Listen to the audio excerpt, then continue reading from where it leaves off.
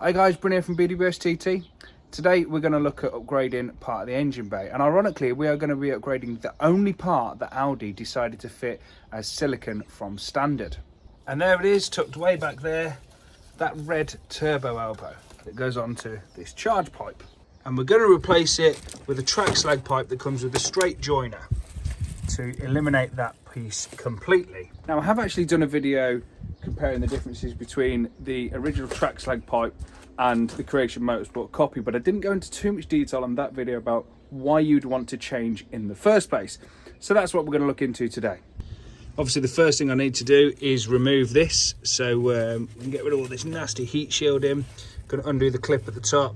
There's another clip that you're going to get to from this angle, and then obviously that Jubilee clip there, a couple of 13s, and like that should be gone.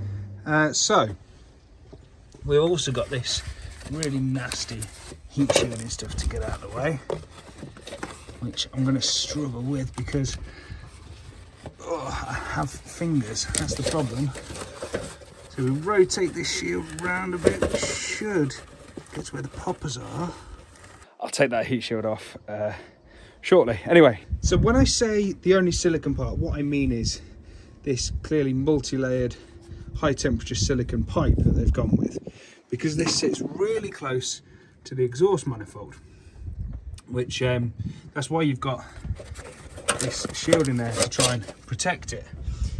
But what you often get is that the way that this expands, it blows this connection here, which obviously goes onto here, and then that's roasting hot, and you've got no way of resolving that until it cools down a little bit, unless you've got some temperature resistant gloves with you, which, let's face it, most of the time you haven't.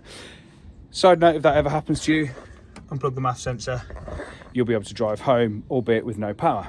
Anyway, so differences between the two. Firstly, I'm going to need to unwrap this. So we can see this is all nicely constructed out of one piece of steel, and it goes through a couple of processes to get the bends required. And you can clearly see there the massive difference in the way that they handle this radius. That helps with flow. And you can see here that instead of this elbow like this, it's all built into the pipe. So we just have a straight piece there, which goes onto the turbo and then onto the pipe. Now that pulls this away from the manifold. It's usually this part here that gets the really bad heat damage, which is sort of in line with there. Obviously that's all steel, that's not going to get affected.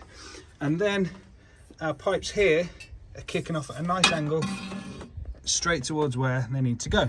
Diverter valve and to the N75.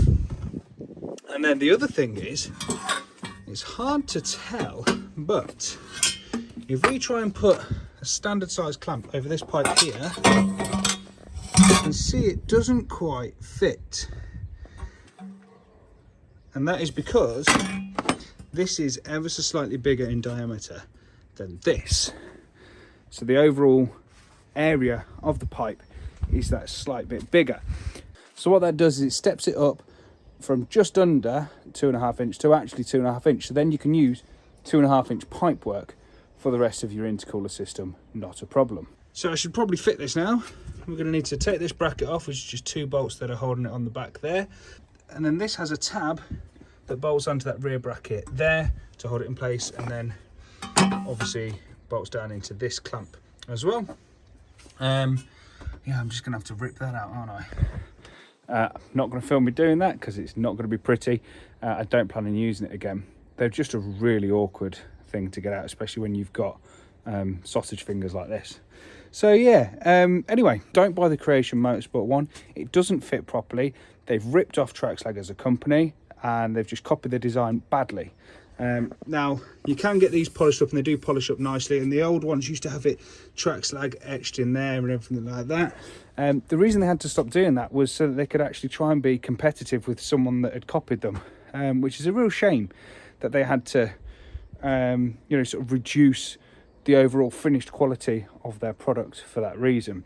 And the other thing is, Matt didn't like sending something out that was polished unless it was mirror perfect, and there's a lot of labour involved with that in getting that polished up to a really nice finish. I'm not bothered how it looks, I'm just bothered about the performance. So if you're doing track use, you will find that these do decide to kill themselves, and these tend to last a heck of a lot longer. That's not to say that this won't get damaged by a lot of heat. It can, but you know, that's just a nice straight joiner to replace, rather than a very specific slightly off center 90 with a change in size from 59 to 65 mil. Okay, much better, a lot less likely to cause you issues if you are doing track use where you've got prolonged high exhaust temperatures. So obviously this is just one of a few modifications that I'm doing to get this car ready for track. If you want to see more of those, then make sure you subscribe to the channel, because coming up next we've got suspension upgrades, bushes upgrades, a talk over what I'm going to be ripping out in the interior, things like that. So make sure you are subscribed so you don't miss the next video.